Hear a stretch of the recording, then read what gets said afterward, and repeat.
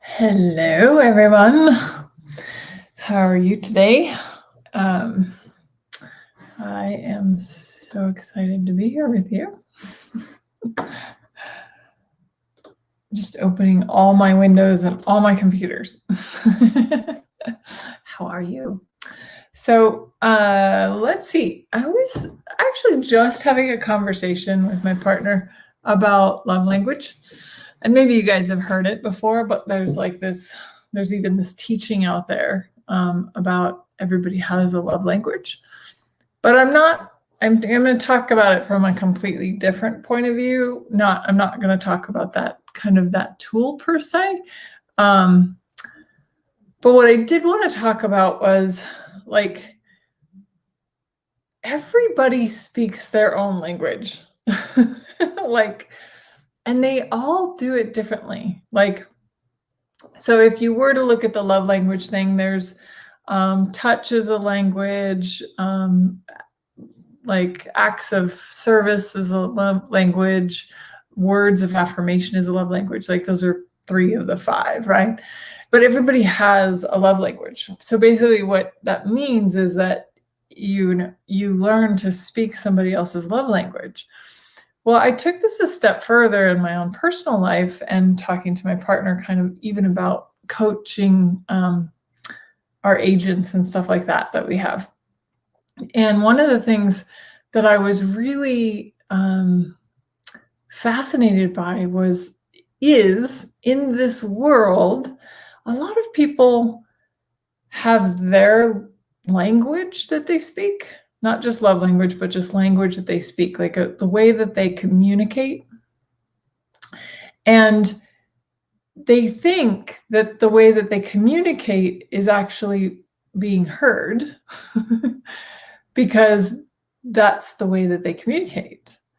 But if you're not speaking to what somebody can hear or not speaking to their own language, most people can't hear you, right? I'm always fascinated and so grateful for those of you who come on here and participate in these lives. And I know some people can't really hear me. And that's okay, because language isn't our first, verbal language isn't our first language anyway. Energy is.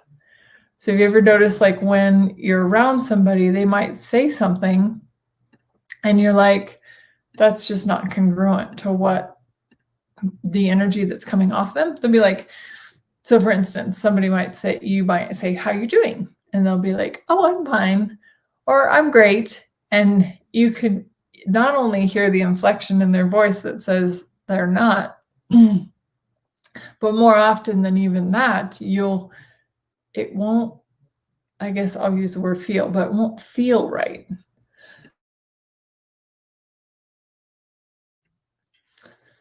So I bring this up because I'm really fascinated by, like, what if we learned to speak each other's language a little bit more?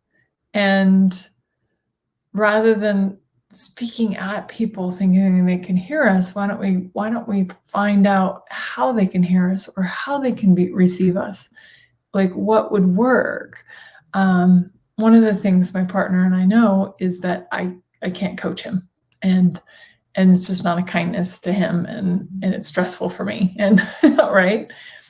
But what I've learned over the years that we've been together is to ask him I'm like, I'll say, can I ask you a question? Right. So I'm opening the door and giving him an opportunity. He could say no or yes, and I'm not attached either way. But that language more speaks to what he can receive. If I was just coaching him and telling him what to do all the time, I mean, we all know how well that goes over in relationships, right?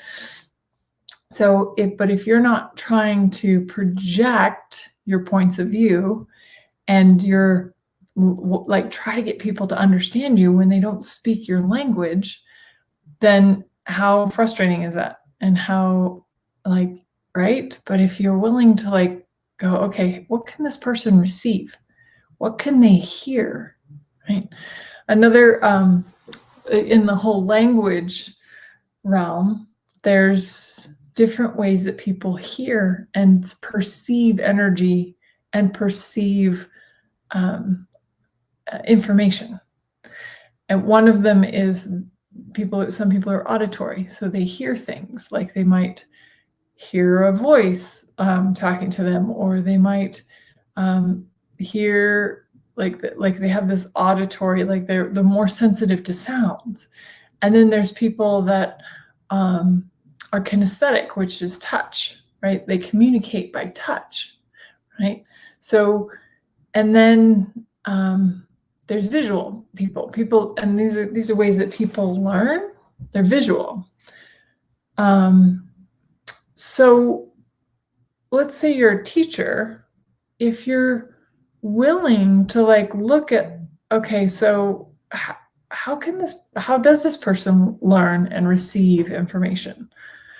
And if they're somebody who learns auditory, but you're kinesthetic, and you keep talking about touch, and you keep talking about senses, and what do you feel?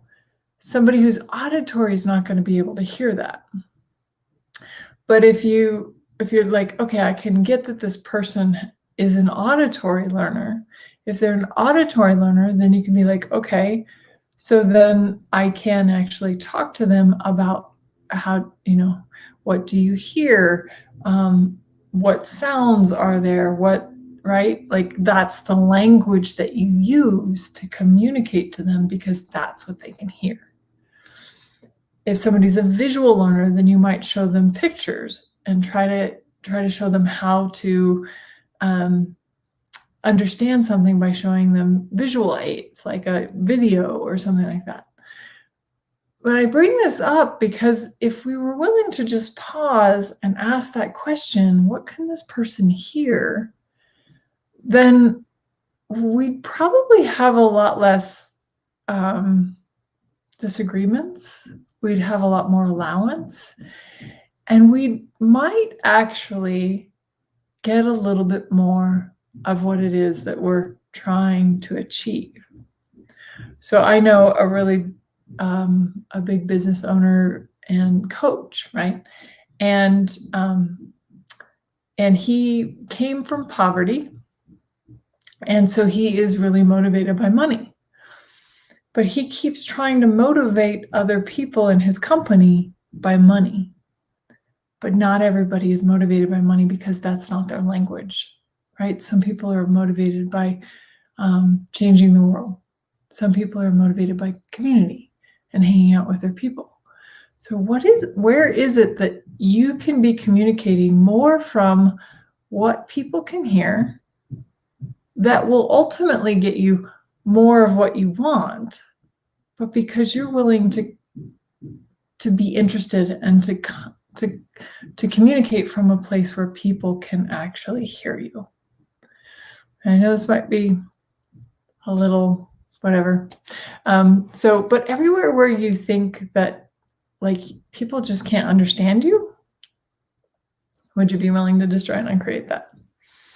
Right, wrong, good, bad, puck, puddle, nine shorts, boys, and meowns. Maybe it's not a matter of the fact that they can understand you or not, but rather you guys are just speaking a different language.